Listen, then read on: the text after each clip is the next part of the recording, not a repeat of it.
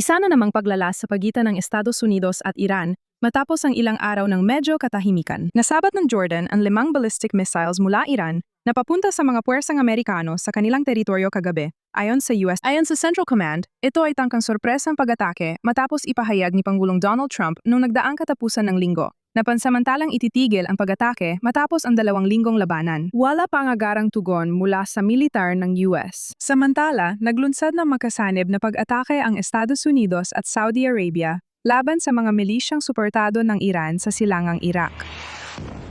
Ayon sa CENTCOM, target ang mga teroristang pinamumunuan ng Revolusyonaryong Gwardiya ng Iran na responsibalo sa 30 pag-atake ng drone laban sa mga puwersa ng US at infrastruktura ng enerhiya ng Saudi Arabia sa loob ng 72 oras. Ang Popular Mobilization Forces ng Iraq, payang grupo ng karamihan sa milisyang suportado ng Iran, sabi nila na ilang sa kanilang mga punong himpilan ay tinamaan na nagresulta sa hindi bababa sa 20 mandirigma ang namatay at 32 pa ang nasugatan. Habang lumilipad ang mga misil, muling nasaktan ang diplomasya. Ayon sa ulat, tinanggihan ng Iran ang mungkahi ng Oman na magkasalo sa pagkontrol sa Strait of Hormuz. Isang nakatataas na opisyal ng Iran ang nagakusang pinipilit ng US at Saudi Arabia ang Oman na itulak ang kanilang di makatotohanang plano. Ang pagtanggi at panibagong pag-atake ay nagsasapanganib sa mga pagsisikap na buhayin muli ang Memorandum of Understanding ng US at Iran noong nakaraang buwan na nagiiwan ng pag-asang magkaroon ng malaking pagsulong sa diplomasya na lalong hindi tiyak. Ngayon, ang taong may sagot ay sasagot dito sa studio kasama natin ang Senior Middle East Correspondent Ariel Oseran. Balik sere, ang mga milisya ng Iraq ay nagpapaputok. Ang mga Houthi ay nagpapaputok. Ngayon, Iran, direktang pagpapaputok mula sa Iran muli. Saan tayo na sa dinadala ngayon? Ariel, kailangan ko makita ang kabuang larawan na nakapaligid sa atin. Tingnan mo David, pumapasok na tayo ngayon sa ika-6 na buwan ng digmaan na ito laban sa Iran. Ngayon, nagbago na ito, naging iba't ibang mga issue. Pero sa huli, sinimula ng US at Israel ang digmaan para pahinain ang programang nuklear ng Iran at pabagsakin ang rehime nila. Pero hindi yan ang pinag-uusapan natin. Ang pinag-uusapan natin ay ang kipot ng Hormuz. Ang pinag-uusapan natin ay ang mga pag-atake sa mga bansang Arabo sa Gulpo. Tinutalakay natin na yon ang mga pag-atake ng Saudi sa Iraq at ang Bab al-Mandab. Hindi natin pinag-uusapan ang issue ng nuclear. Kaya mukhang Iran ang nagdidikta ng tono dito.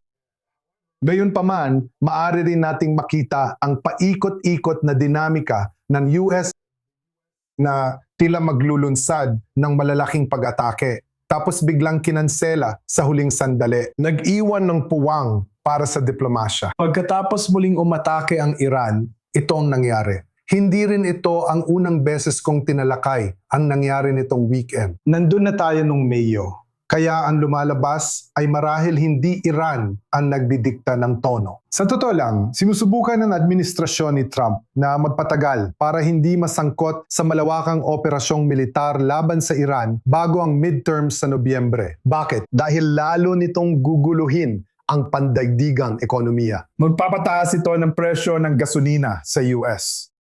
Hindi popular ang digmaang ito sa Amerika mismo, kaya sinusubukan nilang iwasan ang mas mataas na antas ng operasyong militar habang pinananatili ito sa mas mababa. Sa palagay ko, ganyan ang ating kalagayan ngayon. Ibig ko sabihin, yan ang tanong ngayon. Papayagan ba ng Iran na mapanatili ang sitwasyong yon? Alam mo, may mga mensahe ng gagaling mula kay Ayatollah, mula sa leader ng Houthi, mula sa mga milisya ng Iraq. Pakinggan mo ang mga talumpati mula sa Hezbollah. Hindi nila pinag-uusapan ang kapayapaan o pagkakasundo. Ang pinag-uusapan nila ay walang hanggang jihad at paghihiganti. May namimiss ba tayo? Saan pa ba ito hahantong? Kundi sa lalo pang paglala sa isang punto. Dapat nating ihiwalay ang salita at gawa. Ibig ko sabihin, yung nag-uusapan natin ang tinatawag nilang sarili na aksis ng paglaban. Kaya ang layunin nila ay ipagpatuloy ang kanilang jihad, ang kanilang paglaban. At hanggat may mga elemento na patuloy nilang nilalabanan at iyon ay ang presensya ng militar ng Estados Unidos sa rehiyon at ang pag-iral ng Israel, dapat nilang ipagpatuloy ang pagtataguyod sa layuning iyon. Kaya para sa akin, mas mahalaga ang sinasabi nila. Alam mo, maraming usapan tungkol sa kung paano nawasak na ang Iranian proxy network na hindi na ito epektibo. Kaya ang sinusubukan nilang ipakita ay mahalaga pa rin sila. Kumikilos pa rin sila at bilang isang nagkakaisang grupo pero hindi nila dinadala sa mas mataas na antas ang mga operasyong militar na ginagawa nila. Hindi nila kinakalaban ang Israel. Hindi nila tina-target ang mahahalagang infrastruktura ng enerhiya sa mga bansang Arabo sa Gulpo. maliban sa Saudi Arabia. At iyan ang nagpapaliwanag kung bakit nakita natin ang isang napakabihirang pinagsamang operasyon ng US at Saudi sa ilang lugar laban sa mga pro-Iranian na milisya sa Iraq. Ngayon, nagsimula ang bigmaan sa magkasanib na operasyong militar ng US at Israel. Ngayon, kitang-kita ang pinagsanib na operasyon ng US at Saudi. Malinaw na may nabubuong axis. Kahit na tumatanggi ang mga Saudi na makipag-ugnayang diplomatiko ng hayagan sa Israel. Pero ang nakikita natin dito ay isang rehiyong malenaw ang pananaw. Kinilala ng mga bansang Arabo sa Gulpo na hindi nila kayang tiisin ang mga patuloy na pag-atake na ito, maging direkta mula sa Iran o sa pamamagitan ng mga proxy nito nang hindi tumutugon. Sapat na kaya ang mga tugon na ito para makapagpigil sa Tehran? Malabong mangyari yon kasi kung titignan ang tawag nila sa operasyon laban sa mga bansa sa Gulpo ng Arabia, tinatawag nila itong Operation Victory. Kabaligtaran ng tawag nila sa mga operasyon kontra Israel. True promise iyon. Bakit true promise? Dahil umatake ang Israel, kaya nanghako silang degante. Pero hindi na ito pag-respond lang, tagumpay na nila ito.